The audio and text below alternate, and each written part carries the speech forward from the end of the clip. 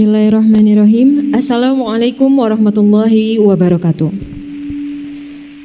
Alhamdulillahirrabbilalamin. Wassalatu wassalamu ala rasulillah wa ala alihi wa man tabi'ahum bi ihsanin ila yaumiddin, amma ba'du.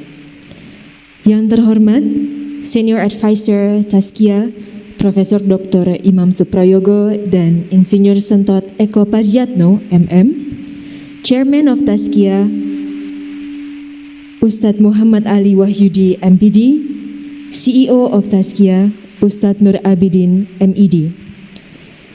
Yang kami hormati Director of Academic Ustadz Eko Nur Haji Purnomo MPD, Director of Ma'had and Islamic Studies Ustadz Muhammad Rajab MPDI, Director of Relation and Enrollment Office Ustadz Sabar Arifin ST, Director of QA Human Resource Management Ustadzah Hilmia Wardani MPD, Director of IT and Campus Ustadz Imam Baihaqi Eskom, Director of Tazkiyah International Affairs Office Ustadz Imam Awaludin LCMA PhD, Director of Business Center Ustadz Ahmad Mubarak SPDI.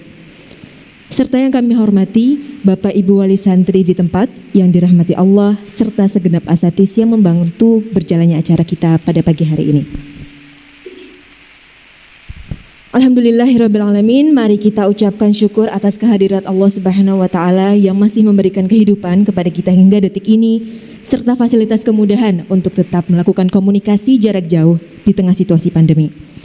Tak lupa sholawat dan salam kita junjungkan kepada Nabi kita Nabi Muhammad SAW, sosok terbaik teladan kita semua yang telah menggiring dan mengajarkan kita untuk berpindah dari zaman kegelapan menuju zaman peradaban yang modern. Apa kabar Bapak Ibu Wali Santri di tempat? Semoga Bapak Ibu beserta keluarga dalam keadaan sehat dan walafiat dan berada selalu dalam perlindungan Allah Subhanahu wa Ta'ala. Hari ini hari Sabtu 25 Juli 2020 yang bertepatan dengan 4 Dzulhijjah 1441 Hijriah ialah hari kedua orientasi wali santri tahun ajaran 2020-2021 dan esok hari Minggu 26 Juli 2020 insya Allah adalah hari ketiga sekaligus hari terakhir untuk serangkaian acara orientasi wali santri. Baiklah, untuk mengawali kegiatan kita pada pagi hari ini, marilah kita dengarkan pembacaan ayat suci Al-Quran yang akan dibawakan oleh Ustadz Ibadur Rahman. Kepada beliau kami persilahkan.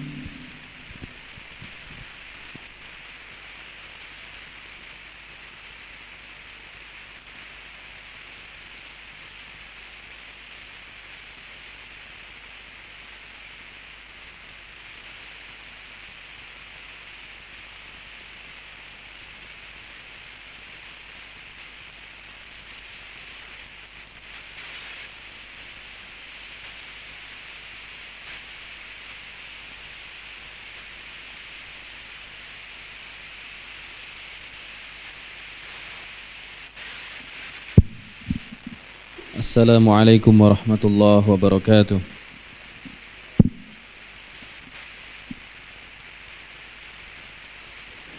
A'udzu billahi minasy syaithanir rajim.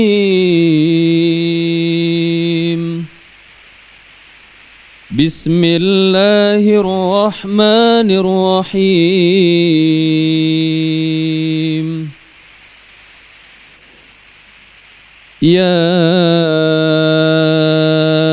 أيها الذين آمنوا اتقوا الله ولتنظر نفس ما قدمت لغد ولتنظر نفس ما قدمت لغد واتقوا الله إن الله خبير بما تعملون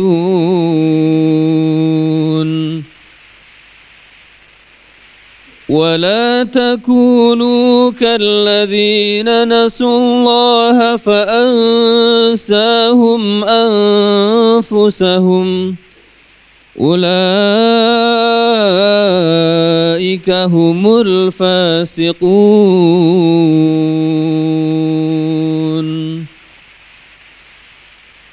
لا يستوي أصحاب النار وأصحاب الجنة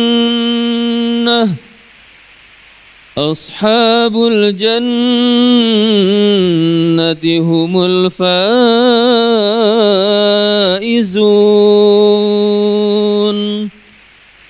لو أنزلنا هذا القرآن على جبل لرأيته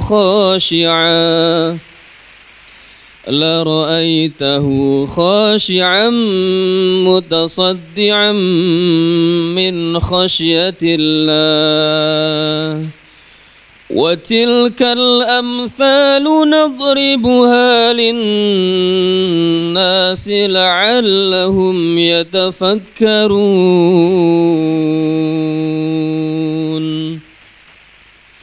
هو الله الذي لا إله إلا هو عالم الغيب والشهادة هو الرحمن الرحيم هو الله الذي لا إله إلا هو الملك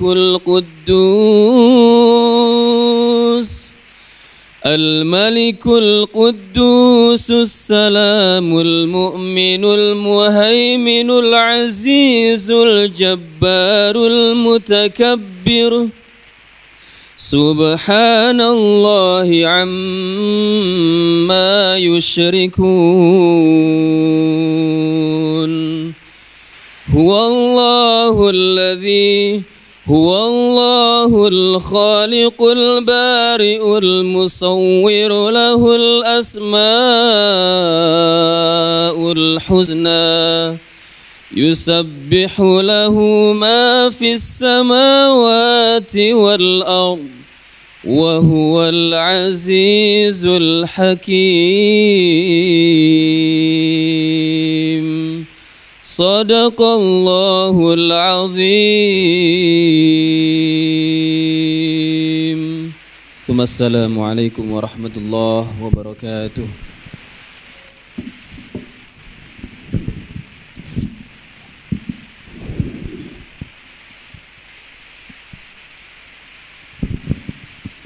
Demikianlah pembacaan ayat suci Al-Quran oleh Ustadz Ibadur Rahman. Semoga pembacaan lantunan ayat tersebut Allah semakin memberikan ridho dan rahmatnya untuk kegiatan kita pada pagi hari ini. Baik Bapak Ibu, sebelum kita memasuki acara yang selanjutnya, izinkan kami memberikan sebuah himbauan. Demi kemudahan untuk mengecekkan presensi kehadiran, harap bagi Bapak Ibu yang belum merubah namanya sesuai dengan ketentuan untuk segera merubahnya. Sekali lagi, bagi Bapak Ibu yang belum merubah akun Zoom-nya sesuai dengan ketentuan yang telah diberikan sebelumnya, harap segera merubah. Ketentuan tersebut ialah dimulai dengan kode yang sudah diberikan, kemudian diikuti dengan nama lengkap Ananda. Sekali lagi, nama akun Bapak Ibu harap dirubah dengan ketentuan kode yang telah diberikan sebelumnya, diikuti dengan nama lengkap Ananda. Atau bisa dengan cara klik di bagian participant, kemudian klik akun Bapak Ibu sekalian, kemudian klik fitur rename. Kemudian panjenengan bisa merubah akun dengan format yang telah ditentukan sebelumnya. Kami ucapkan terima kasih bagi Bapak Ibu yang sudah merubah nama sesuai dengan ketentuan.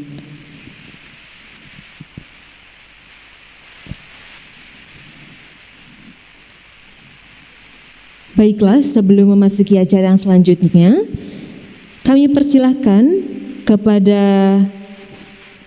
seluruh jajaran Senior Advisor Tazkiyah, Chairman dan juga CEO serta seluruh jajaran Director untuk bisa berada di podium yang telah disediakan.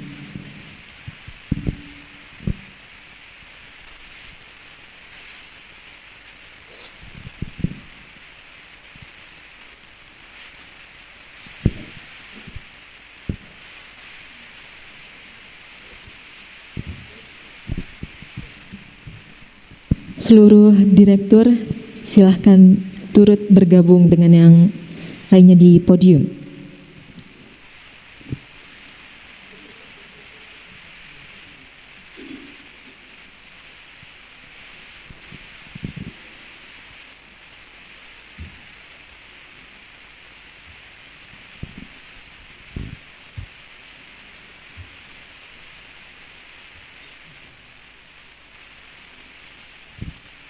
Sebelum memasuki sambutan yang pertama, izinkan kami memperkenalkan kepada Bapak Ibu satu persatu, mulai dari sebelah kiri Bapak Ibu sekalian.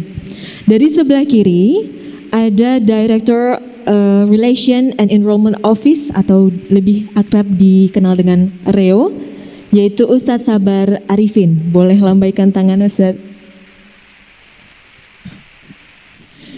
Di sebelah Ustadz Sabar ada Director of Tazkiyah International Affairs Office atau biasa disebut dengan TIAO, sebuah unit yang fokus di hubungan internasional. Ada Ustadz Imam Awaluddin.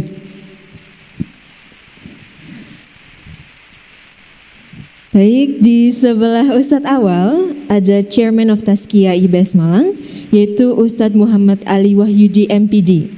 Silakan lambaikan tangan Ustadz. Baik, setelah di sebelahnya Ustadz Ali ada Director of Ma'had and Islamic Studies, Ustadz Muhammad Rajab MPDI. Silakan melambaikan tangan Ustadz.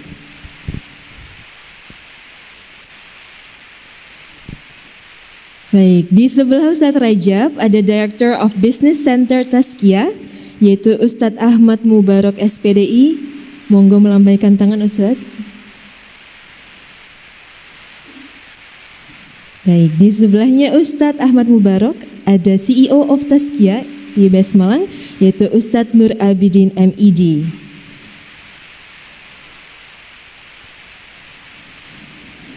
Baik, tepat di sebelah Ustadz Abidin ada salah satu dari Senior Advisor Tazkiyah Malang, yaitu Insinyur Haji Sentot Eko Parijatno MM atau akrab disebut dengan Abah Sentot. Boleh melambaikan tangan Abah.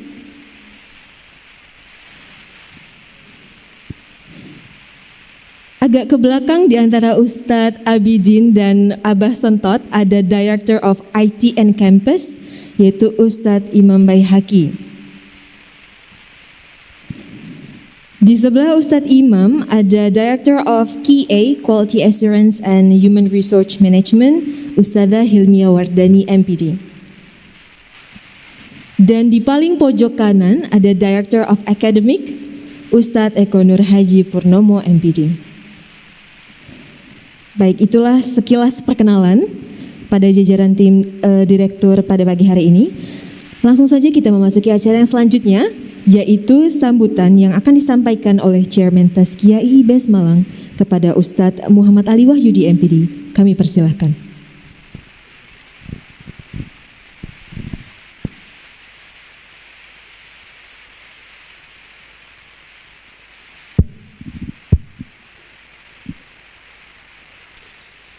Bismillahirrahmanirrahim. Assalamualaikum warahmatullahi ta'ala wabarakatuh. Alhamdulillah wassalatu wassalamu ala rasulillah Sayyidina Muhammad wa ala alihi wa sahbihi wa mawala la khawla wa la quwata illa billah. Rabbi israhli sadri wa yassirli amri wahlul 'uqdatam min lisani yafqahu qawli. Amin ya rabbal alamin. A'udzu billahi minasyaitonir rajim. Bismillahirrahmanirrahim. Wa qul ja'al haqqu wa zahaqal batil. Innal batila kana zahuqa. La yatakallamuna illa man adina lahur rahman wa qala shawaba. Yang kami hormati Dewan Pembina Yayasan Islam Tazkiyah Malang, Bapak Haji Husnan beserta Ibu Yayu. Yang kami hormati segenap Dewan Syariah, Ustadz Fathur Rahman Hafidullah dan Al-Mukarram Kiai Haji Abdul Munif Hafidullah. Yang kami hormati segenap Dewan Pakar dalam perjalanan insya Allah akan hadir Profesor Dr. Haji Imam Suprayogo, Prof. Amin, Insinyur Haji Sentot Parijatno, MM, serta Dr. Anda Hajah Sumi Rahayu, CEO Tazkiyah, Ustadz Nur Abidin, beserta direktur, para direktur yang tadi diperkenalkan satu-satu, serta segenap manajemen, wabil khusus juga panitia hari ini yang subhanallah memberikan layanan luar biasa, kayak televisi. Mudah-mudahan tim yang menyiapkan acara ini diridhoi dan diberkahi oleh Allah Subhanahu wa taala. Dan wabil khusus yang tidak terlihat di sini namun insya Allah menyimak keluarga kami, keluarga baru kami, wali santri, bukan calon lagi tapi wali santri Tazkiyah, wali santri baru Tazkiyah dimanapun panjenengan berada. Alhamdulillah Allah memperjumpakan kita pada kesempatan pagi menjelang siang hari ini dalam keadaan sehat walafiat. Sungguh karunia yang luar biasa, mudah-mudahan kita pandai mensyukurinya. Tak lupa selawat serta salam senantiasa tercurahkan kepada kekasih kita, inspirasi kita, idola kita, baginda Nabi Muhammad SAW. Semoga kita yang berada di tempat ini, wali santri yang berada di tempat manapun, termasuk umatnya yang nantinya mendapatkan syafaat beliau di yaumil akhir nanti. Ibu bapak yang kami hormati, mengingat terbatasnya waktu, saya perlu sampaikan kami berembuk tim manajemen karena terbatasnya ruang dan waktu, maka orientasi yang biasanya hanya sekali, itu kami pecah menjadi 3 kali. Supaya panjenengan lebih tahu lagi tentang apa itu tazkiyah dan rentetannya, derivatnya dan lain sebagainya. Pertama mungkin kemarin saya selalu menyampaikan kepada teman-teman bahwa wali santri memondokkan putranya pertama kali itu tidak pernah bertanya tentang kurikulum. Yang beliau tanyakan adalah bagaimana tempat tidurnya, bagaimana makannya, bagaimana kalau sakit dan lain sebagainya. Alhamdulillah kemarin sudah kami berikan gambaran bagaimana itu semuanya sehingga bisa menambah keyakinan panjenengan untuk menitipkan putranya di tempat kami. Adapun di hari kedua ini kami segenap direksi dan manajemen memaparkan tentang orientasi tazkiyah secara umum. Dilanjutkan besok, mohon bersabar ibu bapak sekalian, yaitu orientasi program yang akan disampaikan oleh para direktur. Di besok itu jenengan akan tahu seperti apa gambaran kurikulumnya, seperti apa programnya, seperti apa pelaksanaan manajemen dan lain sebagainya, kurikulum pembinaan dan lain sebagainya. Besok akan kami jelaskan. Sehingga effort kita, kami sadar ketika tidak bisa ketemu ini malah tambah luar biasa dengan maksud dan tujuan supaya panjenengan lebih yakin dan percaya untuk menitipkan putranya, putra semata wayangnya mungkin di tempat kami. Namun di waktu yang terbatas ini saya ingin menyampaikan beberapa poin. Yang pertama, saya ucapkan selamat datang di Tazkiyah. Selamat datang keluarga baru kami di Tazkiyah. Ahlan wa sahlan bihudurikum. Mulai detik ini panjenengan akan menjadi bagian daripada keluarga kami. Dan bukan hanya ketika putra-putri panjenengan mondok di sini, bukan. Kami berkomitmen bahwa tugas kita itu jangka pendek minimal sampai anak-anak ini ke jenjang pernikahan. Jadi kuliahnya nanti juga kami pikirkan. Ke jenjang pernikahan juga kami pikirkan. Namun lebih panjang lagi, mudah-mudahan dengan wasilah pondok Tazkiyah ini, pesantren Tazkiyah ini Mudah-mudahan kita diperjumpakan oleh Allah Subhanahu wa taala di surganya kelak. Amin ya rabbal alamin. Itu yang pertama. Yang kedua, kami akan bercerita sedikit, mungkin nanti akan didetailkan oleh saudara kami Ustadz Abidin terkait sejarah awal berdirinya Tazkiyah. Karena banyak yang bertanya-tanya sejak awal, Tazkiyah itu alirannya apa? Biasanya pertanyaannya, Tazkiyah itu dapat duitnya dari mana? Tazkiyah itu pendirinya siapa? NU atau Muhammadiyah? Itu selalu ditanya-tanyakan sejak awal.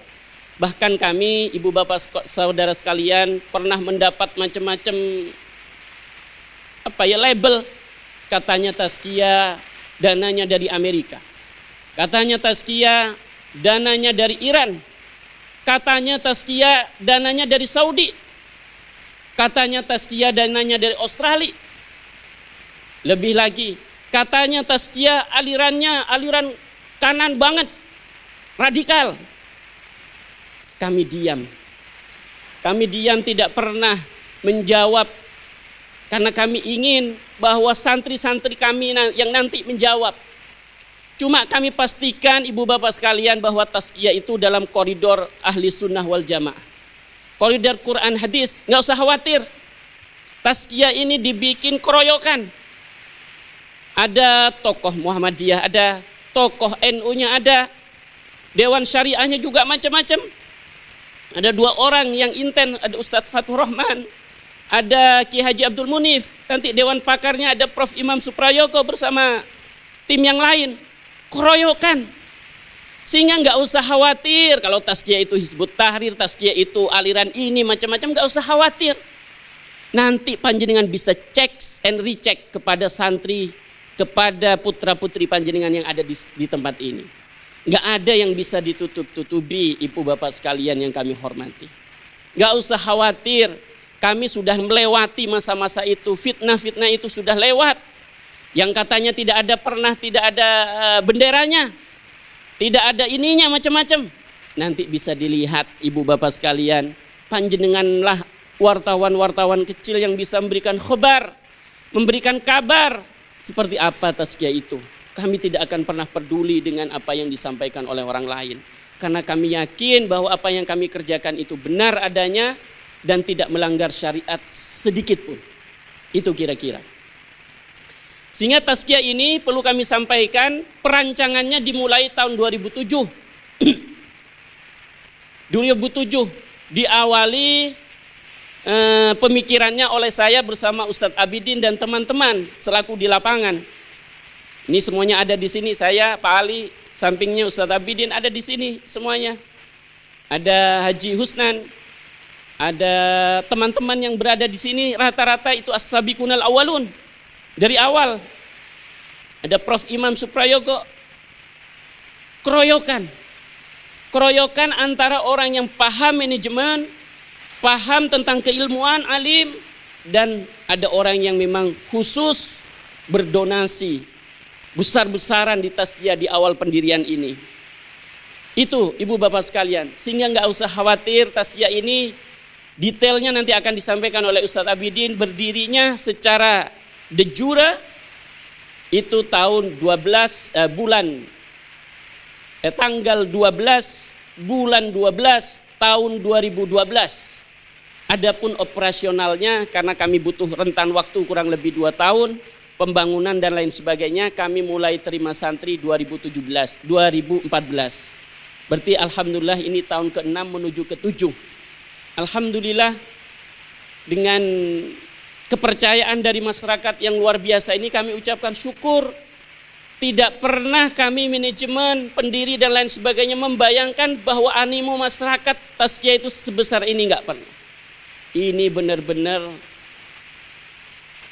takdir dari Allah Subhanahu wa taala.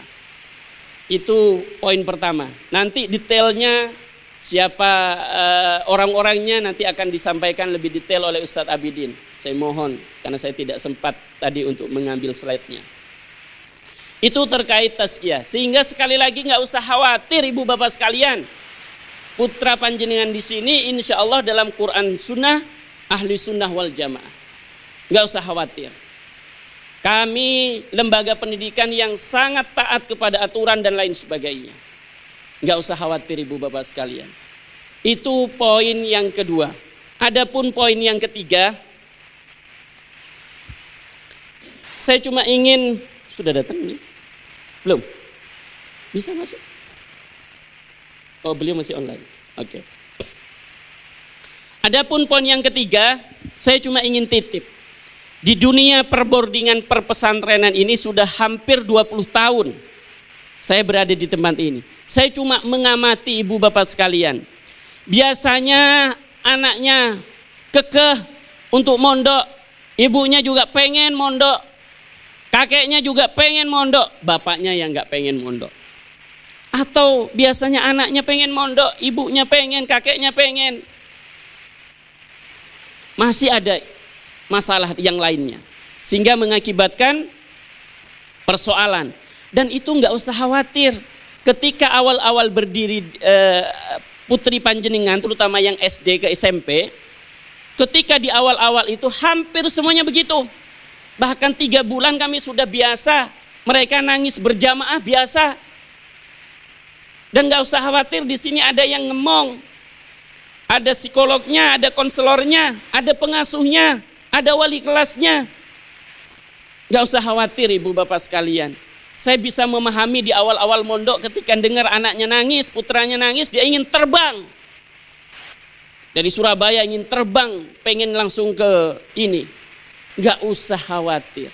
Mereka lagi belajar menghadapi kehidupan, miniatur kehidupan yang sesungguhnya. Sebelum mereka nanti dilepas di kehidupan yang nyata. Ibu bapak sekalian. Gak usah khawatir. Sehingga kami selalu sampaikan ketika mondok itu ibunya harus 100%.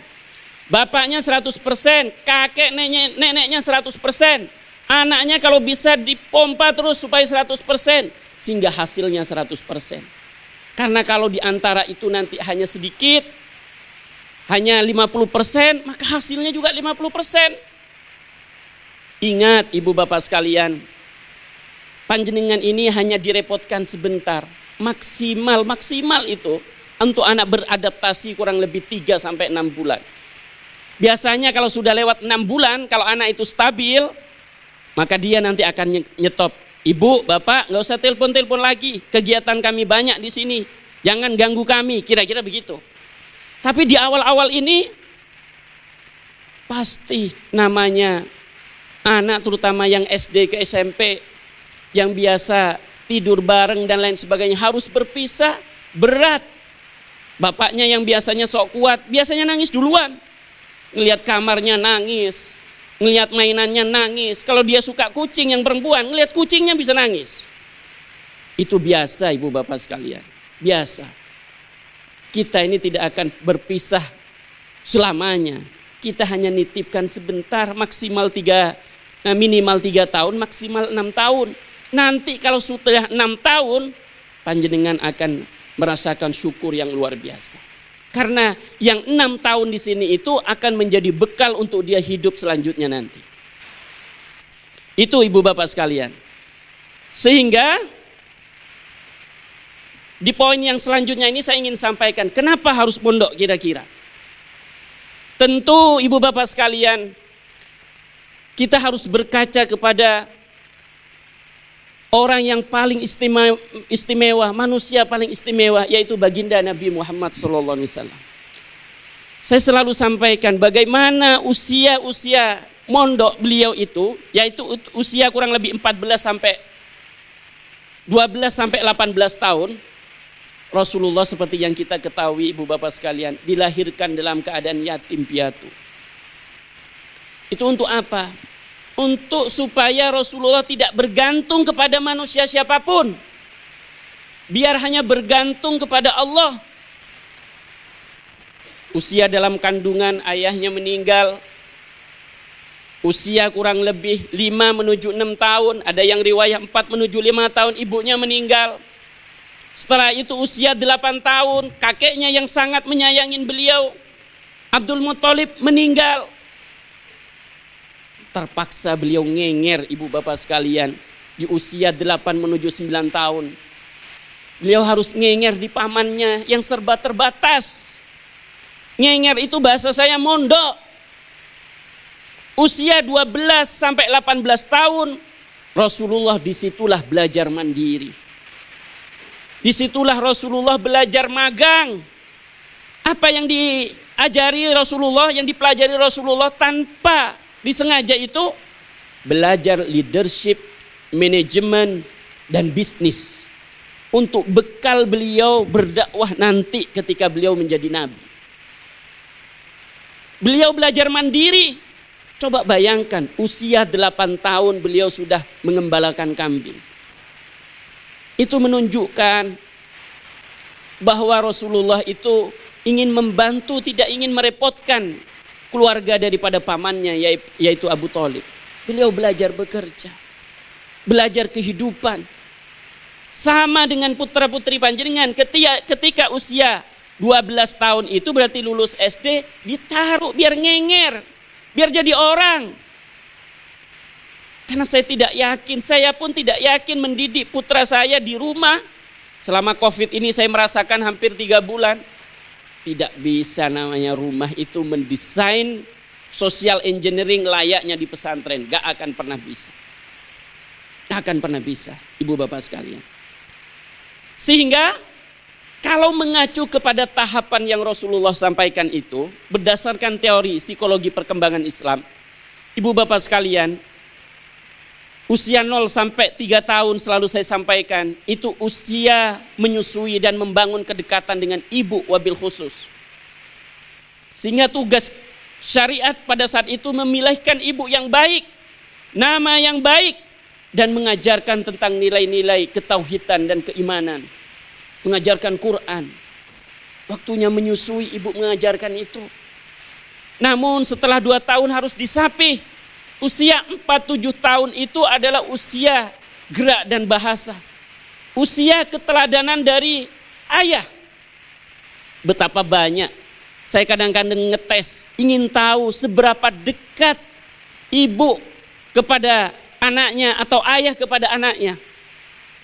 Tolong anakku sekalian, gambarkan tentang ayahmu. Seperti apa ayahmu itu? Kadang-kadang mereka tidak bisa menggambarkan karena memang ayahnya tidak hadir di situ, ibu bapak sekalian.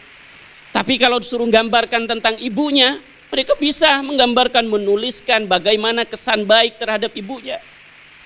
Meskipun kadang-kadang di situ ada, terutama yang laki-laki, ibu saya rewel dan lain sebagainya. Itu ada di situ.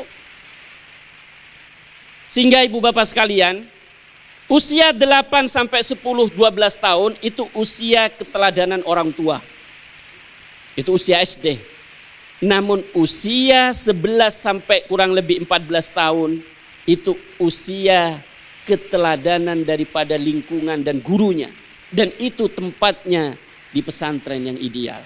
Tidak harus di tazkiyah ibu bapak sekalian. Dimanapun yang penting di pesantren. Makanya ketika saya ditanya, Pak Ali, kapan waktu paling ideal untuk mondok? Saya selalu jawab, SD, lulus SD. Kalau sebelum SD terlalu kecil, orang tuanya itu masih butuh sosok kedekatan dengan orang tuanya, membangun bonding dengan orang tuanya. Tapi kalau sudah SMA, ibu bapak sekalian, baru dipondokkan, itu terlambat. Karena di SMP dia sudah diwarnain oleh virus-virus yang gak bagus. Lingkungannya itu sudah gak bagus. Usia SMP itu anak lebih percaya kepada gurunya daripada ke orang tuanya.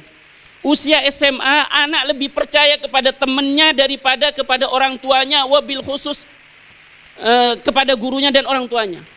Lebih percaya kepada temannya. Sehingga tugas kita adalah harus mencarikan tempat yang baik ibu bapak sekalian. Mudah-mudahan tempat ini menjadi tempat yang baik. Meskipun nanti namanya macam-macam, ada juga nih yang nakal.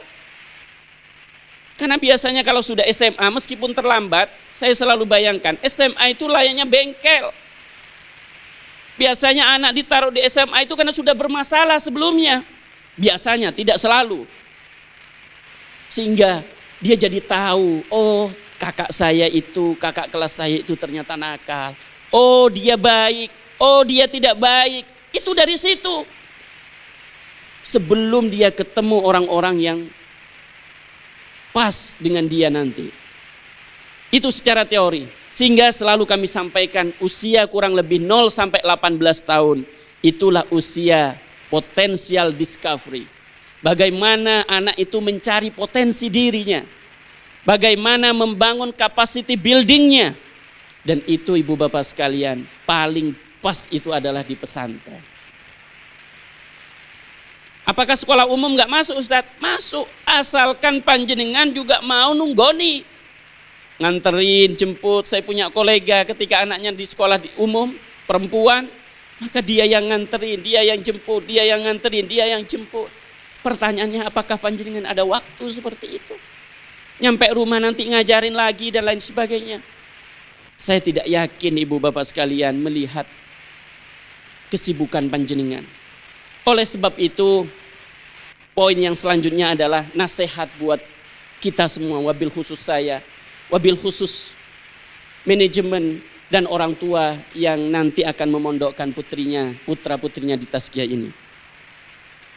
Nasihatnya yang pertama adalah niatnya harus ikhlas, harus tulus. Jangan sampai mondok Tazkiyah itu karena embel-embel level internasionalnya. Jangan karena mondok Tazkiyah itu karena nanti bisa mengantarkan ke PTN favorit. Jangan sampai mondok ke Tazkiyah itu karena nanti lulusannya, alhamdulillah ini berkah bagi kami, 30% diterima di PTN, di universitas luar negeri. Jangan. Luruskan niat ibu bapak sekalian. Ingat apa yang disampaikan Rasulullah SAW. Man ta'allama ilman mimma yubtagha bihi wajhullah yata'allamahu illa liyusiba ardam minad dunya lam yurid raihatal jannah yaumal qiyamah.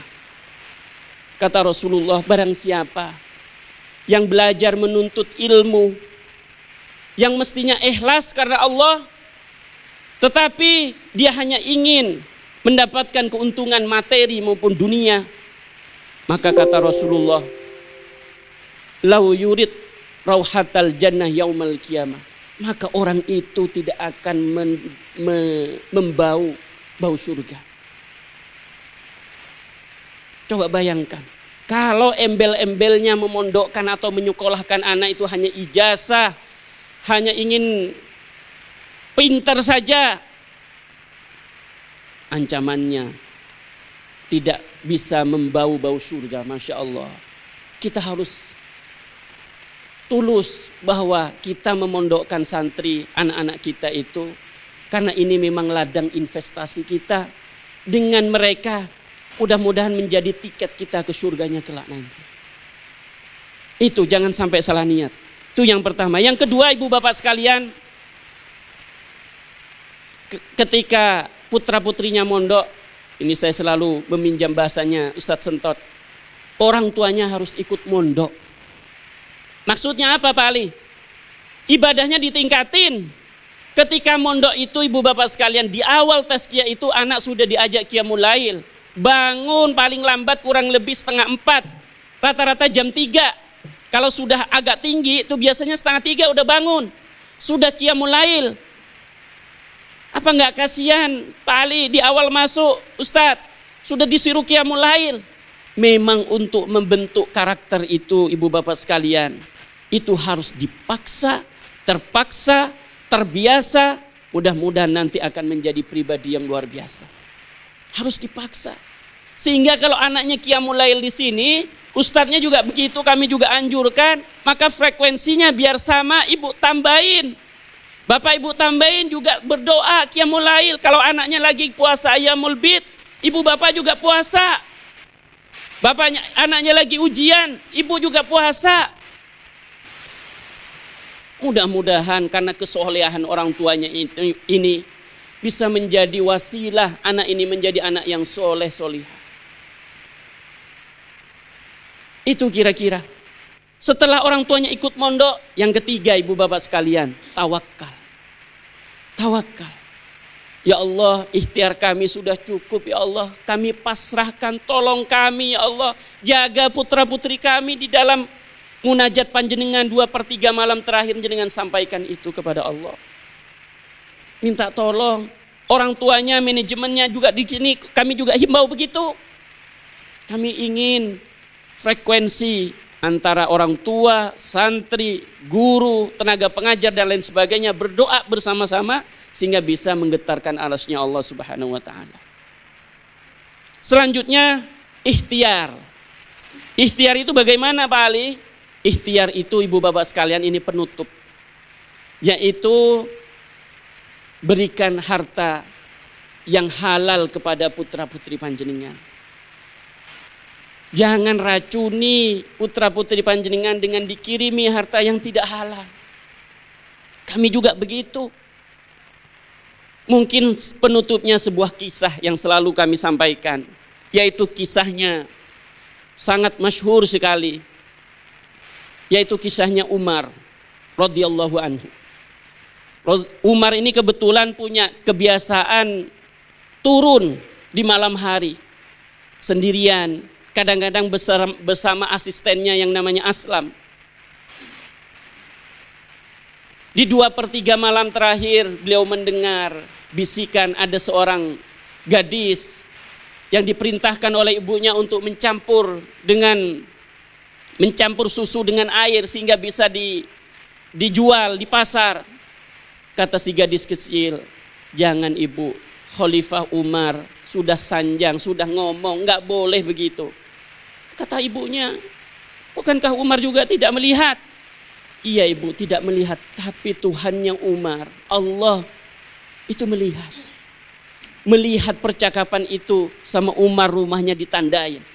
Besok pagi dia kumpulkan seluruh anak laki-lakinya. Kata Umar, hai gulam, anakku, siapa yang sudah siap nikah? Ayah punya calon yang bagus. Seandainya saya itu masih bisa nikah, akan saya nikahin. Kata Umar ini. Dikumpulkan, diam semuanya. Namun ada putranya Umar yang namanya Asim, angkat tangan. Saya yang mau nikah. Kata Asim, putranya Umar. Bayangkan dari anak yang solihah itu dinikahi oleh putra Umar yang luar biasa. Lahirlah nanti namanya anak perempuan namanya Ummu Asim. Ummu Asim ini menikah dengan seorang pegawai kerajaan yang sangat hati-hati dalam mencari rizki, yaitu Abdul Azim bin Marwan. Abdul Azim bin Marwan itu ketika mau nikah, dia tanya kepada keluarganya, wahai keluargaku, tolong kumpulkan harta yang halal, yang tidak subhat. Saya mau menikah dengan seorang perempuan baik-baik namanya Ummu Asim. Saya butuh uang kurang lebih 400 dinar. Akhirnya pernikahan itu terjadi antara Ummu Asim, cucu daripada Umar bin Khattab, dengan seorang laki-laki baik, karyawan pegawai kerajaan namanya Abdul Azim bin Marwan. Lahirlah orang yang luar biasa, pemimpin masa depan namanya Umar bin Abdul Aziz. Jadi Umar bin Abdul Aziz, ibu bapak, itu adalah produk dari harta yang halal. Sehingga generasinya menghasilkan orang yang luar biasa. Memang tidak langsung panen ibu bapak sekalian, baru dicicitnya lagi baru panen Umar. Dan Masya Allah, Umar bin Abdul Aziz memimpin luar biasa.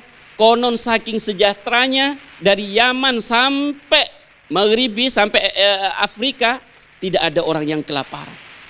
Namun anehnya ibu bapak sekalian, ketika Umar bin Abdul Aziz ini meninggal, putranya kurang lebih 17.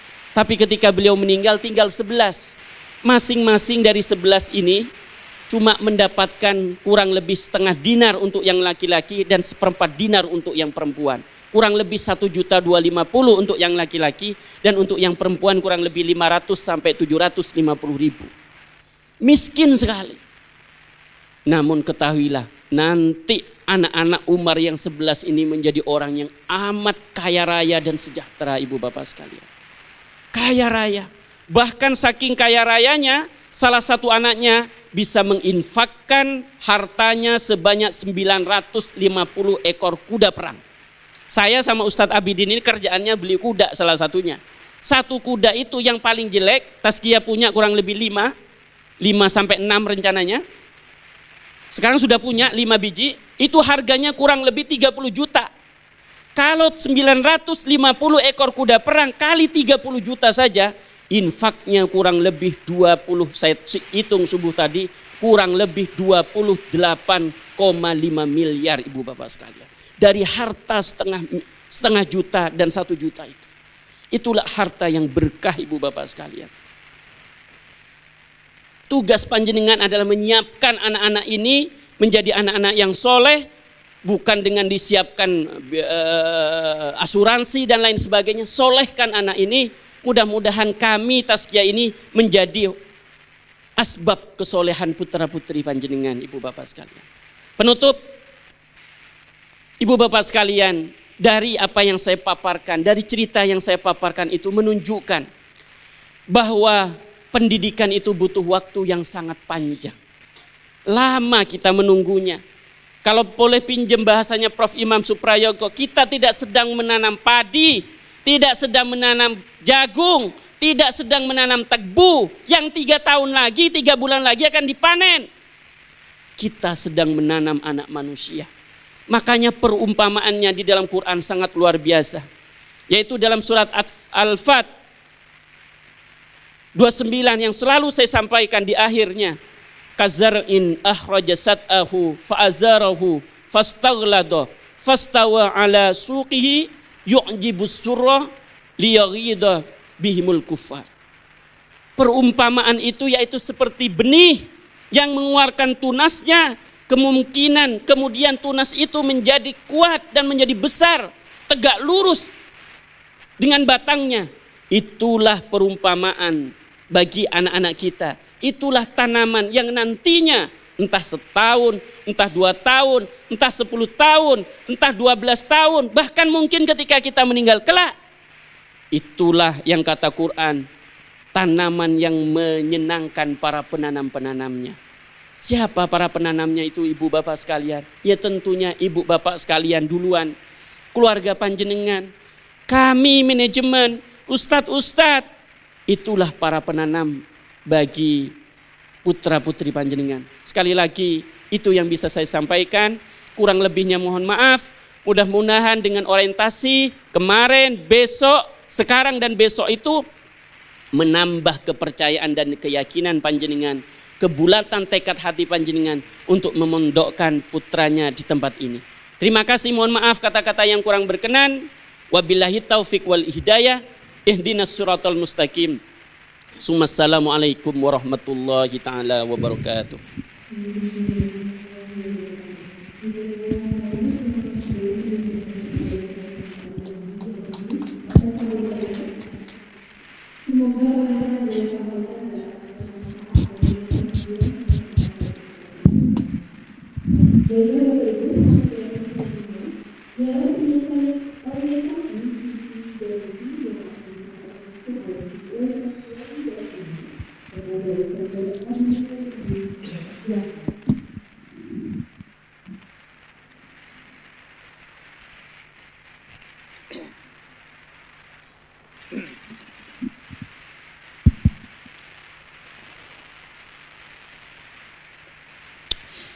Bismillahirrahmanirrahim. Assalamualaikum warahmatullahi wabarakatuh.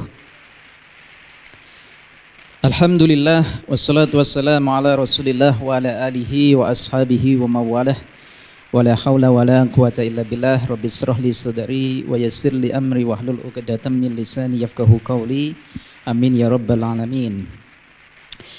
Yang kami hormati dan kami muliakan segenap para alim, para ulama, wabil khusus Bapak dan Ibu pembina Yayasan Tazkiyah, Bapak dan Ibu Haji Husnan. Yang kami hormati dan kami muliakan segenap para Dewan Syariah, Al-Ustadz Fatur Rahman Hafidahullah, dan juga Kiai Haji Abdul Munif.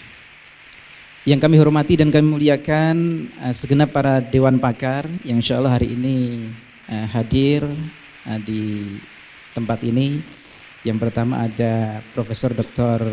Imam Suprayogo, dan yang kedua ada Bapak Sentot Eko Parijatno.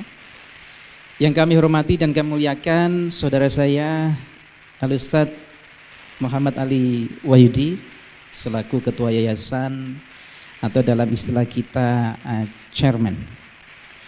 Yang saya hormati dan saya muliakan segenap para Dream Team Tazkiyah, segenap para tim direksi, jajaran manajemen, dan yang terkhusus yang sangat istimewa pada kesempatan kali ini yang kami hormati dan kami muliakan segenap para bapak dan ibu wali santri Tazkiyah, baik untuk jenjang SMP maupun SMA. Yang insya Allah alhamdulillah Ustaz Ali ya, sekaligus saya laporkan ini ada lebih kurang 300 wali santri yang hadir ya. Semuanya insya Allah mengikuti secara khidmat di jaringan virtual, dan beberapa wali santri kita juga ada yang dari luar negeri. Nah, saya belum hafal karena masih mengawali, tapi dari laporan Ustadz Sabar, alhamdulillah Bapak Ibu sekalian, Ananda nanti juga akan memiliki teman dari beberapa negara tetangga, termasuk dari Qatar, Thailand, Jepang, Eropa yang insya Allah orang tua Ananda juga hadir di kesempatan kali ini. Baik Bapak Ibu sekalian yang saya hormati, slide saya nanti bisa di display ya Ustadz ya. Oke. Menyambung yang disampaikan Ustadz Ali, Bapak Ibu sekalian, yang pertama kami sampaikan ahlan wa sahlan fi hudurikum. Selamat datang dan sekaligus welcome to Tazkiyah IBS. Yang kalau boleh saya kasih catatan di situ Bapak Ibu sekalian, ya ada istilah Jawa, karena kebetulan Tazkiyah ini di Jawa sehingga saya kutip gitu. Ada istilah tak kenal maka tak sayang. Ya, setelah kenang lalu terbayang-bayang. Nah, itu yang sangat populer. Nah, yang pada intinya Bapak Ibu sekalian, pada kesempatan yang berbahagia ini nanti ada 2 poin yang ingin saya sampaikan. Yang pertama, ya, pertemuan ini nanti adalah bagian dari ta'aruf. Ya, karena ta'aruf nanti saya akan coba paparkan ya profil pengurus dan juga apa yang ada di Tazkiyah ini secara singkat. Ini menambahkan apa yang sudah disampaikan oleh Ustadz Ali tadi. Yang kedua, sesuai dengan tema besar kita ya, nanti juga kami akan coba paparkan terkait dengan visi dan misi Tazkiyah IBS, pesantren yang insya Allah nanti Ananda sekalian akan menimba ilmu, dan insya Allah mudah-mudahan di bulan September dan Oktober nanti Ananda sudah akan hadir secara langsung di kampus kita ini. Bapak Ibu sekalian yang saya cintai, yang saya hormati karena Allah ya. Yang pertama, panjenengan bisa lihat di slide Bapak Ibu sekalian ya. Jadi secara struktural manajemen Tazkiyah ini kami bagi menjadi 4. Ini menambahkan yang disampaikan Ustadz Ali. Yang pertama kita ada namanya Dewan Syariah.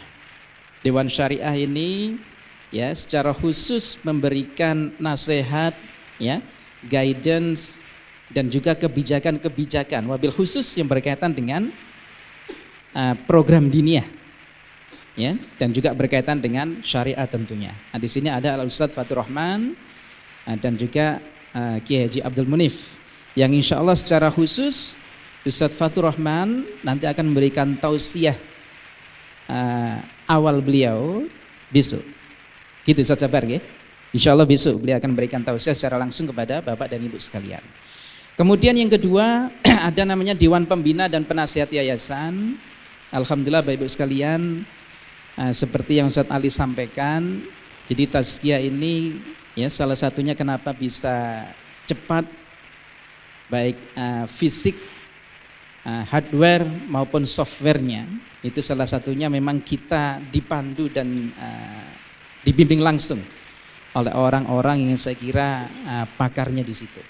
Jadi yang pertama ada Dewan Pembina, ada Bapak dan Ibu Husnan, termasuk aja Yayu Sri Hayu. Kemudian ada Ustadz Ali Wahyudi selaku chairman. Chairman itu Bapak Ibu sekalian kalau di tempat lain ketua yayasan. Ya, cuma karena di Tazkiyah ini kita ingin memberikan istilah-istilah yang populer wabil khusus kepada anak-anak, maka kita panggil chairman. Kemudian di tim penasehat ini ada Profesor Dr. Imam Suprayogo. Beliau salah satu doktor ya di bidang Tarbiyatul Islamiyah. Ya, yang kebetulan beliau adalah salah satu founding father, pendiri Universitas Muhammadiyah Malang, yang sekaligus juga founding father, pendiri UIN Malang. Nah, panjenengan bisa nilai sehingga tidak perlu kami sampaikan siapa beliau, panjenengan sudah bisa nilai. Kemudian yang berikutnya ada Profesor Muhammad Amin PhD, yang insya Allah beliau juga akan hadir secara reguler, wabil khusus memberikan guidance kepada manajemen. Nah, beliau salah satu guru besar di UM Malang yang secara khusus ya memberikan bimbingan dan kepakaran di bidang sains. Kemudian ada Bapak Sentot Eko Parijatno, Magister of Management. Alhamdulillah beliau hadir di tengah-tengah kita. Terima kasih ya Pak Sentot.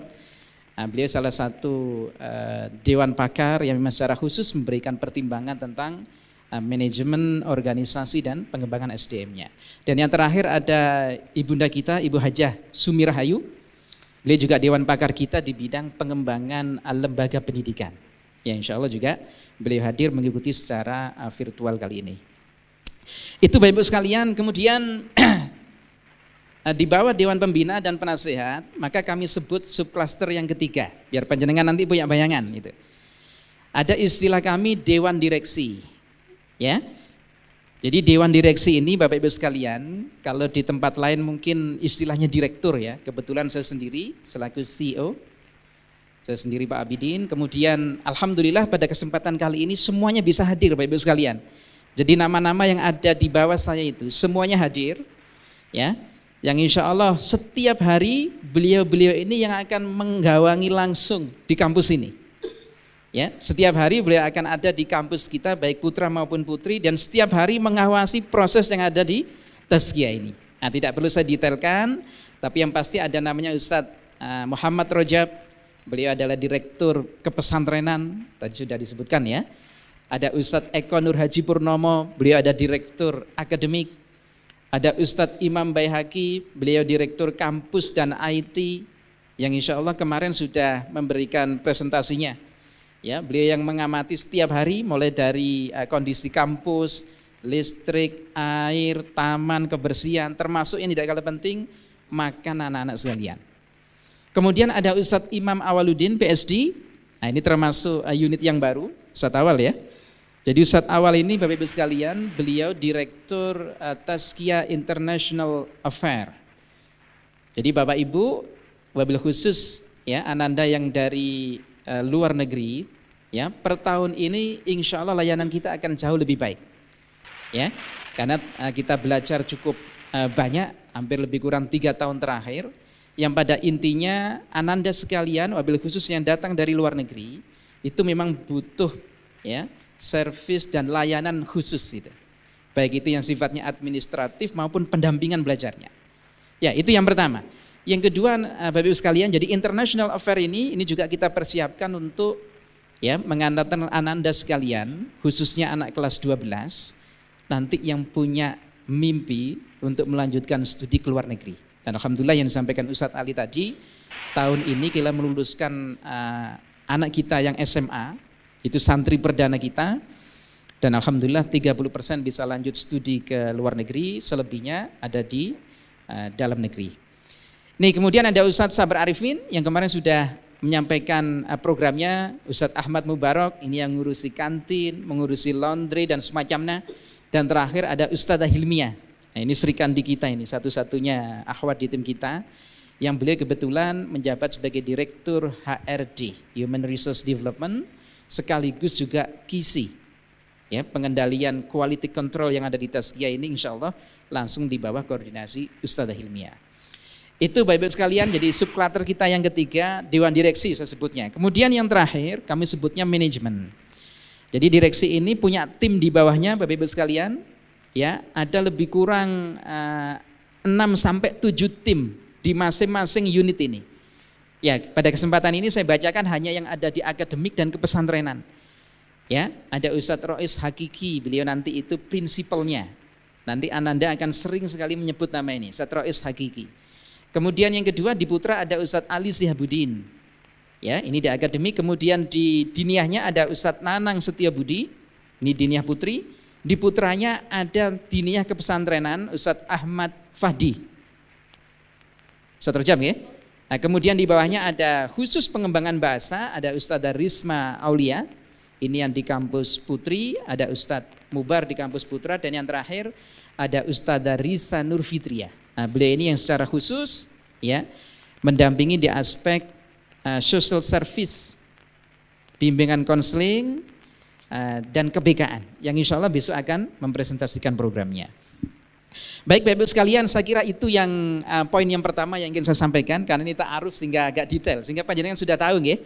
Kira-kira kalau saya tanya Dewan Syariah Tazkiyah siapa, itu sudah punya gambaran. Insya Allah besok beliau akan memberikan tausiah. Kemudian kalau ada yang tanya di yayasan itu siapa yang in charge, panjenengan juga punya gambaran. Ada Ustadz Ali di situ. Kemudian Dewan Pakar yang kita punya termasuk Prof. Imam Suprayogo, Abah Sentot, ya, yang nanti insya Allah kesehariannya beliau akan sering memberikan tausiah kepada Bapak Ibu sekalian, baik dalam bentuk online, offline, verbal maupun juga note atau tulisan. Wabil khusus Prof. Imam Suprayogo yang hari ini nanti akan hadir memberikan tausiah secara langsung. Itu Bapak Ibu sekalian yang bisa saya sampaikan untuk yang pertama. Kemudian yang kedua, ini saya percepat Ustaz, karena tadi sudah disampaikan Ustaz Ali. Our brief history. Jadi secara histori Ustaz Ali sudah menyampaikan Bapak Ibu sekalian. Yang pada intinya saya cuma ingin menyampaikan Tazkiyah ini yayasan baru Bapak Ibu sekalian. Memang ada beberapa nama yang sama mungkin di Jakarta, di Jawa Barat, ya. Cuma kami sampaikan di forum ini, kalau Tazkiyah IBS ini adalah yayasan yang baru. Kita berdiri tepat 2012, ya. Kemudian operasional SMP kita tahun 2014, ini genap kita masuki tahun ke-7. Kemudian untuk yang program SMA kita mulai tahun 2017. Ini masuk tahun ke-4.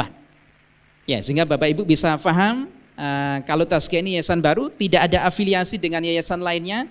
Cuman yang pasti yang sudah Ustadz Ali sampaikan, manhaj daripada Tazkiyah ini ahli sunnah wal jamaah. Saya tambahi di situ, Ustadz Rajab. Ahli sunnah wal jamaah wasatiyah.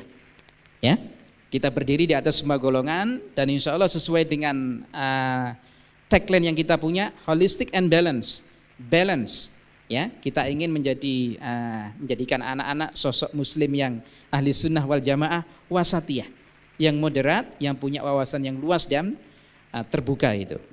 Ini yang kedua. Next slide Ustaz. Dari sejarah ini Bapak Ibu sekalian, karena Bapak Ibu tidak bisa langsung hadir ke kampus ini, maka perlu kami presentasikan melalui visual gambar Bapak Ibu sekalian ya, terkait dengan kampus kita. Karena biasanya kalau Bapak Ibu hadir secara offline, itu nanti yang paling pertama biasanya adalah melihat fasilitas kampusnya. Nah, karena kebetulan hari ini tidak bisa hadir secara langsung, maka perlu kami laporkan di sini, kami sampaikan. Yang pertama Bapak Ibu sekalian, di tahun ini Tazkiyah telah memiliki 2 kampus, ya. Kampus pertama kami bangun 2014 dan ini kami khususkan untuk yang putri. Ini yang sebelah kanan Bapak Ibu sekalian. Ya, sehingga Bapak Ibu wali santri yang nanti Ananda Putri ya, kampusnya nanti yang satu ini Bapak Ibu sekalian, jangan keliru ya. Yang satu ini untuk khusus yang putri, yang insya Allah nanti ya per tahun ini akan ada lebih kurang 450 santri di kampus putri ini. Ya, dengan fasilitas insya Allah sudah ada 5 building dan jauh lebih lengkap daripada yang putra. Gitu. Ini kampus kita yang pertama. Kemudian yang kedua ada kampus putra. Ini kita mulai 2017 Bapak Ibu sekalian. Yang insya Allah di tahun ini nanti akan ada 473 santri. Jadi 473 santri yang sekarang ini sudah ada 4 building. Tidak kalah dengan putri Bapak Ibu sekalian. Bahkan kalau lahannya yang putra ini lebih luas, hampir 2 kali lipat yang putri. Ini saya percepat, sehingga total per tahun nanti Bapak Ibu sekalian, 2 kampus ini akan mampu menampung 924 santri. Ya, agak detailnya, next slide-nya Ustaz, biar wali santri tahu. Ini fasilitas kita di kampus putri Bapak Ibu sekalian, kita ada gedung Andalusia yang paling depan. Ini nanti tempat Ananda untuk belajar. Ruang kelas ini di gedung Andalusia ini. Kemudian yang kedua ada gedung Alexandria, ya. Gedung Alexandria ini gedung untuk belajar, di situ ada perkantoran, di bawahnya untuk para asatidz sekalian. Di lantai 4-nya itu nanti tempat Ananda melakukan kegiatan komunal ya. Salah satunya ibadah harian, pertemuan-pertemuan kolektif itu ada di lantai 4. Ya, ini di Alexandria. Kemudian ada gedung Cambridge. Ya, ini masih di kampus Putri. Yang ini kita gunakan di tahun ini masih kita gunakan sebagai asrama. Ya, sehingga Bapak Ibu sekalian nanti jangan kaget ya, beberapa santri nanti akan ada di Cambridge ini. Kalau Anda tanya di gedung apa Cambridge, berarti di sini tempatnya. Kemudian ada Al-Azhar, ini gedung yang paling sebelah timur, ini kami khususkan memang untuk dormitory. Jadi gedung 5 lantai, lantai 5-nya ini untuk fasilitas laundry dan semacamnya, lantai 1, 2, 3, 4 untuk asrama Ananda. Ya, kemudian yang terakhir ada business center. Nah, ini yang baru di Putri, Bapak Ibu sekalian. Jadi di Putri ini ya, beberapa fasilitas asrama kita taruh di business center ini, khusus di lantai 3 ya, dengan view yang tidak kalah bagus. Kemudian lantai 1-nya kita peruntukkan secara khusus ya untuk Wealth Mart. Ya, sehingga bayangan saya nanti Ananda ketika ingin belanja dan semacamnya tidak perlu jauh-jauh. Jadi kita punya namanya Wealth Mart di bawah koordinasi Ustadz Barok yang insya Allah isinya layanannya tidak akan kalah dengan minimarket yang ada di luar gitu. Ini Bapak sekalian fasilitas di kampus 1. Kemudian khusus untuk yang putra, ini saya display biar Bapak Ibu juga bisa merasakan nanti. Ada lebih kurang 3 building sebenarnya, 4 dengan masjid yang insya Allah nanti sebagian sudah bisa kita operasionalkan. Jadi yang pertama ada gedung Leiden, ini gedung pertama yang paling depan, Bapak Ibu mungkin sempat melihat ya ketika tes dulu. Yang insya Allah nanti gedung ini kita gunakan sebagai asrama Ananda, ini paling depan. Kemudian di sebelah timurnya kita punya Sorbonne Building, ya ini 5 lantai, cukup luas. Yang ini kita gunakan untuk teaching space, tempat belajar Ananda sekalian, termasuk teacher office, meeting room itu ada di Sorbonne ini. Ya, kemudian yang terbaru kami punya namanya Cordoba. Jadi Cordoba ini gedung yang baru kita selesaikan sebulan yang lalu, yang memang kita peruntukkan untuk dormitory, asrama Ananda sekalian, ya, yang kebetulan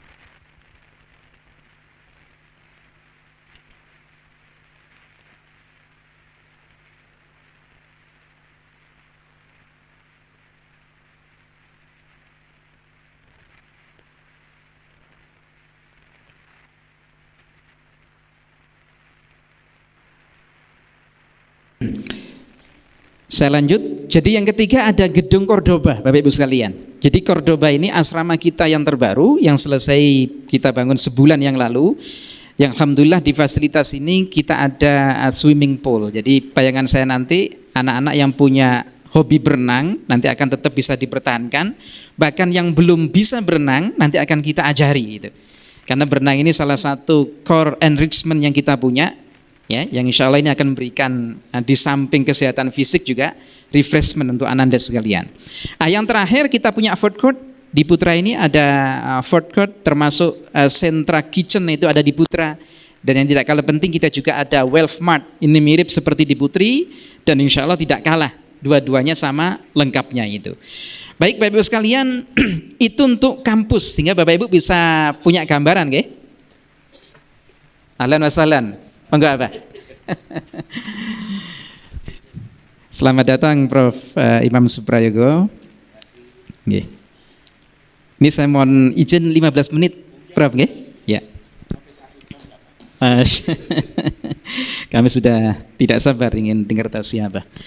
Baik Bapak sekalian, saya lanjut ya. Jadi ini profil kampus kita. Kemudian next slide-nya. Ya, kalau tadi kampus ini ya, gambaran profil santri yang insya Allah nanti ada di Tazkiyah, termasuk putra dan putri Bapak Ibu sekalian. Ya, tadi saya sudah sampaikan ada 924 santri. Ya, sebaran santri yang di Tazkiyah ini Bapak Ibu sekalian, kita punya santri dari 30 provinsi. Jadi per tahun ini genap 30 provinsi plus ada santri dari 11 negara. Ya, Bapak Ibu bisa lihat tahun ini kita ketambahan santri dari Qatar, dari Turki, Kuwait, Kanada, Libya. Ini tambahnya. Kalau selebihnya tahun lalu sudah ada di sini gitu. Ya, sehingga Bapak Ibu sekalian, insya Allah nanti Ananda sekalian ketika berinteraksi baik nanti secara online maupun offline, insya Allah ya komunitas Ananda nanti akan betul-betul makin luas itu. Sehingga bayangan saya kalau kita punya salah satu visi ya, internationally minded, insya Allah di Tazkiyah ini nanti bisa memfasilitasi untuk ke arah sana itu. Ya, ini Bapak Ibu sekalian, kemudian yang perlu saya sampaikan dari 924 santri, ya, per tahun ini kita ada lebih kurang 92 santri full scholarship di Tazkiyah ini, Abah. Alhamdulillah. Kita pilih memang anak-anak berprestasi secara khusus, ya. Kemudian juga ada beberapa santri yang memang berasal dari keluarga yang kurang mampu, tapi memiliki prestasi yang luar biasa. Sehingga barengan kami nanti, ya, perpaduan ini akan memberikan nuansa dan sekaligus inspirasi semangat untuk Ananda sekalian. Baik Bapak Ibu sekalian yang saya hormati, ini kemudian yang terakhir profil SDM. Next slide-nya Ustadz.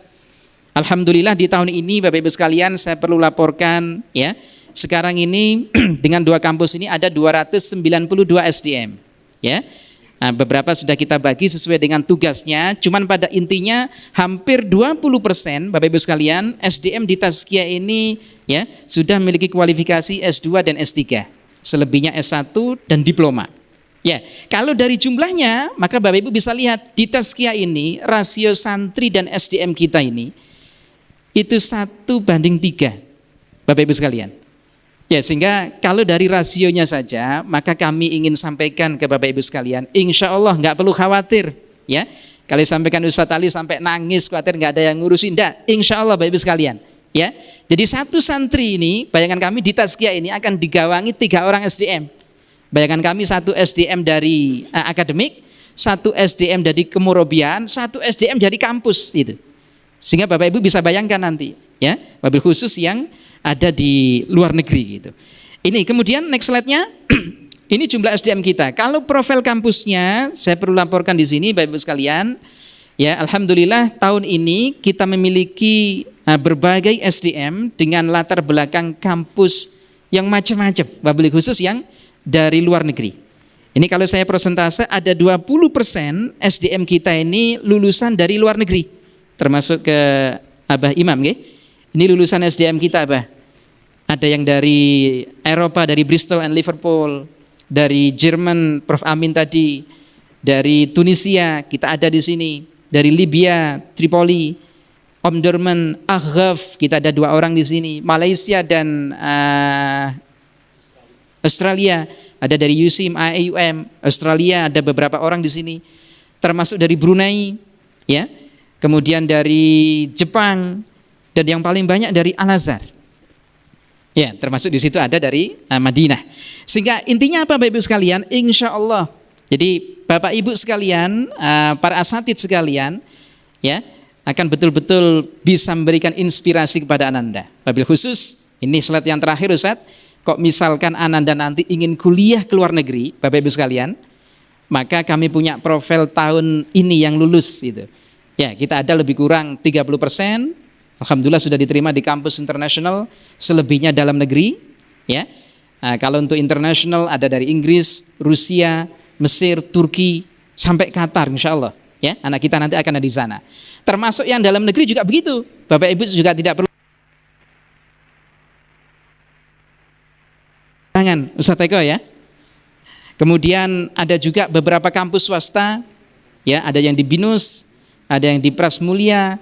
Termasuk ada beberapa kampus Islam di Malang ini, UMM, Unisma, ya, yang semuanya masuk, ya, kemudian mengambil jurusan sesuai dengan program yang diminati. Salah satunya kedokteran. Alhamdulillah, Abah, saya laporkan salah satu santri Tazkiyah juga masuk di Unisma, mengambil program studi kedokteran, di Muhammadiyah juga program studi kedokteran. Dan insya Allah beberapa sudah diterima di kampus internasional. Baik Bapak Ibu sekalian yang saya hormati, saya kira itu ya paparan saya terkait dengan profil Tazkiyah secara umum Bapak Ibu sekalian. Ya, secara umum sehingga Bapak Ibu punya gambaran, karena ini ta'aruf, salah satunya adalah agenda ta'aruf, maka Bapak Ibu punya gambaran, oh ternyata Tazkiyah itu seperti itu gitu. Ya, sehingga kalau ada pertanyaan-pertanyaan Bapak Ibu sudah harus bisa menjawab itu. Karena Bapak Ibu sekarang ini, ya, sudah bukan tamu lagi, bukan orang luar lagi, Bapak Ibu adalah keluarga besar Tazkiyah yang insya Allah jauh lebih paham, jauh lebih mengerti, dan tentunya jauh lebih tahu tentang Tazkiyah pesantren yang insya Allah Ananda nanti akan ada di sini. Baik Ini agenda yang pertama. Kemudian yang kedua, Bapak Ibu sekalian, ini closing dari saya. Jadi Bapak Ibu sekalian, kenapa visi dan misi ini menjadi penting? Ya, karena tema hari ini adalah orientasi visi dan misi Tazkiyah, termasuk yang insya Allah akan disampaikan oleh Prof. Iman. Jadi ada 4 alasan Bapak Ibu sekalian. Next slide. Yang pertama, ya. Next slide, Ustaz. Jadi kenapa visi dan misi ini penting? Tadi Ustadz Ali sudah menyampaikan, Bapak Ibu sekalian, kesuksesan belajar Ananda itu sebenarnya dipengaruhi oleh 3 faktor. Ya, 3 faktor. Yang pertama tentunya adalah Ananda sendiri. Nanti Bapak Ibu juga bisa baca di majalah itu. Yang kedua, para bapak dan ibu wali santri, termasuk Nyun Sewu, mbah-mbahnya juga. Ya, keluarga besar lah di situ. Dan yang ketiga, baru kami secara institusi pesantren Tazkiyah ini. Sehingga 3 komponen ini, Bapak Ibu sekalian, ini menentukan keberhasilan Ananda dalam belajar nanti ini. Ya, sehingga di forum yang istimewa ini, bayangan kami kenapa harus ada orientasi visi dan misi? Ya, karena kami ingin 3 komponen ini nyambung, Bapak Ibu. Ya, kami sudah hampir 7 tahun, ya. Tazkiyah sudah hampir 7 tahun, Bapak Ibu sekalian, sehingga kami cukup banyak pengalaman, ya. Bagaimana dinamika keberhasilan Ananda di pesantren ini. Yang kalau boleh saya sampaikan, ketiga komponen ini tidak kompak, maka bisa kami simpulkan ini akan berat untuk Ananda itu. Ya, saya kasih contoh sederhana. Ketika Anandanya sudah oke, Tazkiyahnya sudah oke misalkan, cuman orang tuanya, Abah Sendot ya, orang tuanya tiba-tiba nangis setiap malam, ya.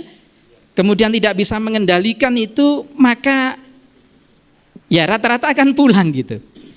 Ini kemungkinan yang pertama. Atau yang kedua, Bapak Ibu sekalian, ya Tazkiyahnya sudah oke gitu, Bapak Ibu oke, cuma Anandanya, ya motivasinya itu belum siap gitu. Itu kalau dituruti itu nanti juga hasilnya juga akan berakhir sama tidak baik gitu. Ya, sehingga bayangan kami 3 komponen ini harus nyambung. Makanya Bapak Ibu sekalian, sebelum Ananda kita orientasikan, insya Allah hari Senin ya, Ustaz Eko ya, maka Bapak Ibu sekalian itu harus nyambung dulu dengan kami gitu. Nyambung dulu, pelan-pelan Bapak Ibu sekalian. Dan Alhamdulillah kemarin sudah kita mulai, termasuk hari ini, dan insya Allah kita akan tutup besok itu. Dan akan nyambung lagi, ini belum selesai Bapak Ibu sekalian. Nanti akan ada sesi parenting, sesi pertemuan, sesi tanya jawab, yang bayangan kami kenapa ini perlu dan penting biar nyambung itu. Ya, itu Bapak Ibu sekalian. Sehingga di sini saya kasih note, kenapa visi itu penting? Yang pertama, slide sebelumnya. Ya, jadi visi ini Bapak Ibu sekalian, ini akan membangun prasangka kita. Nah, ini yang penting yang pertama. Karena sementara ini ketika visi itu tidak nyambung, ini kami banyak menemukan kejadian ketika wali santri visinya nggak nyambung dengan lembaga ini, yang terjadi itu ya ada prasangka-prasangka yang nggak baik gitu.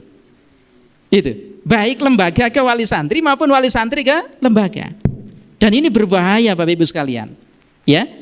Sehingga bayangan kami mudah-mudahan dengan tausiah ya pada kesempatan kali ini nanti akan semakin nyambung.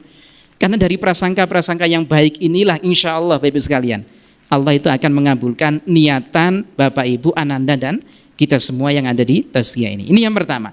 Yang kedua yang tidak kalah penting Bapak Ibu sekalian, jadi visi itu adalah doa. Ini sudah sering kami sampaikan, ud'uni astajib lakum. Kalau Bapak Ibu itu tahu, ya, oh ternyata di Tazkiyah itu bisa mengantarkan anak ke luar negeri, Ibu akan punya doa nanti itu. Oh ternyata ketika di Tazkiyah ini anak-anak nanti akan dicetak menjadi sosok yang balance, agamanya bagus, dinianya bagus, sakhofah saksianya bagus, tapi juga akademik skillnya juga bagus. Itu doa itu. Ya, oh ternyata ketika di Tazkiyah itu anak-anak nanti bukan hanya dikasih pelajaran-pelajaran umum, tapi juga ada pelajaran-pelajaran praktek diniyah. Ya, itu jadi doa Bapak Ibu sekalian. Dan ketika itu baik, maka kami yakin, kami pastikan Allah akan kabulkan itu. Ya, sehingga Bapak Ibu harus sabar, ikuti, dan sambil ngikuti bangun visi Ibu. Mungkin sebelum mengikuti agenda ini Bapak Ibu tidak punya bayangan anak saya nanti mau kuliah kemana ya itu. Mau kuliah kemana? Tapi alhamdulillah dengan pencerahan, ya dengan profil yang kita sampaikan, Bapak Ibu punya mimpi. Alhamdulillah mudah-mudahan anak saya bisa diterima di Al-Azhar, bisa diterima di kampus PTN yang baik atau kampus swasta yang baik yang sesuai dengan pilihan Ananda. Ya, ini yang kedua, sehingga visi adalah doa, dan ibu harus yakin, bapak ibu yakin ya, kalau doa yang baik itu akan Allah kabulkan. Ya, dan yang terakhir rangkuman dari itu semua, kenapa visi misi itu menjadi penting, Bapak Ibu sekalian? Maka ini akan bikin Bapak Ibu itu istiqomah, makin kuat, itu, makin tegar. Karena Ananda nanti Bapak Ibu sekalian, kalau yang SMP itu akan masih lama di pondok ini, bisa 3 tahun, alhamdulillah bisa sampai 6 tahun. Yang SMA 3 tahun. Yang pada intinya lika-liku dinamika di pondok nanti Bapak Ibu sekalian, jangan harap nanti akan terus begini, ya. Nanti itu akan yazid wa yangkus, naik dan turun itu. Dan insya Allah kalau kami di Tazkiyah sudah sangat paham, insya Allah sangat siap itu. Ya, biasanya Bapak Ibu dan Ananda itu nanti yang harus kita betul-betul dampingi gitu. Wabil khusus Bapak Ibu sekalian, sehingga mudah-mudahan dengan paparan tausiah, pemaparan program, Bapak Ibu akan semakin confident. Confident itu semakin teguh, semakin tegar. Gak gampang berprasangka, gak gampang kalah itu. Ya, itu saya kira. Jadi ada 3, dan yang terakhir give direction. Saya kira ini semuanya sama Bapak Ibu sekalian ya. Jadi Tazkiyah ini saya sampaikan tujuan utama dari Tazkiyah, itu di slide nanti. Itu sebenarnya mengantarkan Ananda menjadi sosok yang sukses dunia dan akhirat. Ya. Ya, ini tujuan utamanya. Ya, yang kalau ini sudah menjadi tujuan, maka idealnya semuanya itu menujunya itu ke sana itu. Tazkiyah sudah pasti secara kelembagaan kita punya misi itu dan kita arahnya ke sana, Bapak Ibu sekalian. Kalau saya sampaikan ini arahnya ke sana itu. Ananda nanti ketika ada di sini, termasuk di awal pertemuan nanti, itu dari sini arahnya juga sama, ke titik yang sama. Idealnya nih Bapak Ibu sekalian selaku wali santri kami, maka idealnya arahnya juga sama Bapak Ibu sekalian. Ya, karena saya melihat ya, dan ini sudah kami pelajari ya, fikroh Bapak Ibu itu juga macam-macam itu. Ya, ini fikrohnya dulu. Yang kedua, background latar belakang Bapak Ibu juga macam-macam. Baik itu background secara geografis, ada yang di New York, ada yang di Jepang, ada yang di Amsterdam, ada yang di Thailand. Itu pikirannya itu macam-macam itu. Termasuk mohon maaf ya, tingkat pendidikannya juga macam-macam itu. Kalau tidak kita satukan, Abah Imam ya, dan ini nanti tugas Abah Imam, Bah, kami nitip ke situ. Kalau tidak disatukan, nanti larinya itu bisa ke sana, bisa ke sini, itu. Dan kalau itu terjadi, naudzubillah, maka akan berat untuk menuju misi yang sudah kita gariskan gitu. Ini Bapak Ibu sekalian, sehingga next slide-nya Ustaz. Pada kesempatan kali ini kami ingin menyampaikan Bapak Ibu ya. Pada kesempatan kali ini kami sampaikan menjadi sosok yang menurut kami ini menjadi sosok yang paling berbahagia. Ya. Jadi mudah-mudahan dengan terpilihnya Ananda masuk ke Tazkiyah ini, Bapak Ibu itu sadar kalau ternyata Allah itu sudah memilih Bapak Ibu sekalian. Tadi saya sudah tulis sampaikan ya, untuk bisa masuk Tazkiyah ini Bapak Ibu sekalian itu harus indan lebih kurang 3 sampai 4 tahun sebelumnya. Ya, kalau tidak ada wasilah khusus harus indan jauh-jauh hari. Ini yang pertama. Yang kedua Bapak Ibu sekalian, Ananda di Tazkiyah ini bukan di sembarang sekolah Abah. Ini pesantren. Pesantren itu Bapak Ibu sekalian, ya. Kenapa saya sampaikan Bapak Ibu harus bersyukur? Karena di pesantren itu Ananda nanti itu bukan hanya sekedar mendapatkan ilmu kalau bahasa Ustadz Ali ya, atau bukan hanya sekedar mendapatkan ijazah ya, kalau di tempat-tempat pada umumnya. Tapi di sini nanti Ananda itu akan langsung mempraktekkan, mengamalkan apa yang sudah diajarkan oleh para asatidz sekalian. Sehingga saya sampaikan Bapak Ibu sekalian, ya, maka kenapa Bapak Ibu harus betul-betul bersyukur sekali, ya. Saya ingat salah satu hadis ya, yang Rasulullah sampaikan, ya, mayyuridillahu bi khairan yufaqihu fiddin, ya. Barang siapa yang Allah kehendaki kebaikan pada dirinya, wabil khusus Bapak dan Ibu sekalian dan Ananda sekalian, yufaqihu fiddin, maka akan didekatkan, difahamkan perihal urusan agama ini. Ya, dan ini nikmat yang pertama Bapak Ibu sekalian. Ya, yang Ananda dapatkan di Tazkiyah ini nanti, ini bukan hanya materi-materi yang bersifat umum, tapi secara khusus Ananda juga akan mendapatkan materi sakhofah saksiyah Islamiyah itu. Yang kalau saya kembalikan ke hadis ini, maka Allah sudah memilih Bapak Ibu sekalian, memilih Ananda sekalian. Yufaqihu fiddin, ya, pelajari agama ini, ya, pelajari ilmu ini secara menyeluruh dan kafah tentunya. Ini yang pertama. Yang kedua, Bapak Ibu sekalian, kalau tadi saya sampaikan ya, kenapa kok harus bersyukur gitu. Karena ada salah satu hadis juga menyampaikan, mayyuridillahu bihi khairan yaj'alhu khuluqan hasanah. Bapak Ibu sekalian, ya, mayyuridillahu bihi khairan, ketika Allah itu menghendaki kebaikan, yaj'alhu khuluqan hasanah, maka perilakunya, adabnya itu akan diperbaiki sama Allah. Dan alhamdulillah Bapak Ibu sekalian, Ananda nanti ketika ada di pesantren maupun sementara ini pembinaan di rumah, maka pertama yang kita tekankan adalah bagaimana perilakunya akan bisa baik. Ya, sehingga kami punya tagline untuk anak-anak kita yang baru, kita kasih tagline kampus perubahan. Ya, jadi Tazkiyah ini change starts here. Itu tagline yang selalu kita sampaikan ke khalayak ramai. Ya, harapan kami ketika santri ini sudah masuk di Tazkiyah, maka dia harus berubah. Berubah dari yang kurang baik menjadi lebih baik gitu. Berubah yang tadinya belum sholat sekarang sholat. Berubah yang tadinya belum bisa mandiri menjadi mandiri. Berubah yang tadinya belum bisa baca Quran sekarang harus lebih fasih lagi. Itu bayangan kami gitu. Dan insya Allah semua itu goal endingnya nanti sesuai dengan yang kita punya, morally excellent. Mudah-mudahan Ananda nanti menjadi pribadi yang betul-betul punya integritas dan baik adabnya. Itu Bapak Ibu sekalian ya, sehingga kalau saya tuliskan di sini, ya Bapak Ibu ini menjadi sosok yang paling bahagia, Prof. Sehingga saking bahagianya nanti Prof Imam yang akan melengkapi kebahagiaan itu. Baik Bapak Ibu sekalian, itu bayangan saya. Kemudian misinya itu apa? Ini langsung saja Ustazah, ini hanya ungkapan saja. Next slide-nya. Ya, misi kita ini kalau panjenengan lihat ya di dalam slide itu Bapak Ibu sekalian, itu kalau saya jelaskan itu bisa berhari-hari ya. Cuma pada intinya kita ini tidak ya, kita tidak memiliki visi yang macam-macam selain 3 yang di tengah itu Bapak Ibu sekalian. Yang pertama moral excellent, sudah titik. Ya, bagaimana menjadikan moral anak kita ini baik. Ini yang pertama. Innama bu'itsu liutamima makarimal akhlak. Itu yang pertama, sudah selesai di situ. Yang kedua, kita ada PR di sini, inspiring leader. Bagaimana menyiapkan Ananda ini menjadi sosok-sosok khalifah, pemimpin yang inspiring. Ya, wa idz qala rabbuna inni ja'ilun fil ardi khalifah. Ini kata Allah ini. Jadi tidak hanya cukup dengan beribadah tapi juga menjadi seorang khalifah. Nah, itu kita bangun di sini. Dan yang terakhir internationally minded. Mudah-mudahan dengan program yang ada Ananda nanti akan punya wawasan yang luas. Ya, punya wawasan yang mendalam, Prof. Dan yang tidak kalah penting punya wawasan yang terbuka. Sehingga tidak cepat panik, tidak ikut-ikutan arus itu. Dan bayangan kami sosok open mindednya itu akan ada di Ananda nanti. Amin. Ya, ini secara misi Bapak Ibu sekalian. Sehingga bayangan kami kalau nanti Bapak Ibu di Tazkiyah, jadi akan sering muncul 3 istilah ini, moral excellent, inspiring leader, internationally minded. Ya, yang insya Allah misi ini kita terjemahkan dalam program.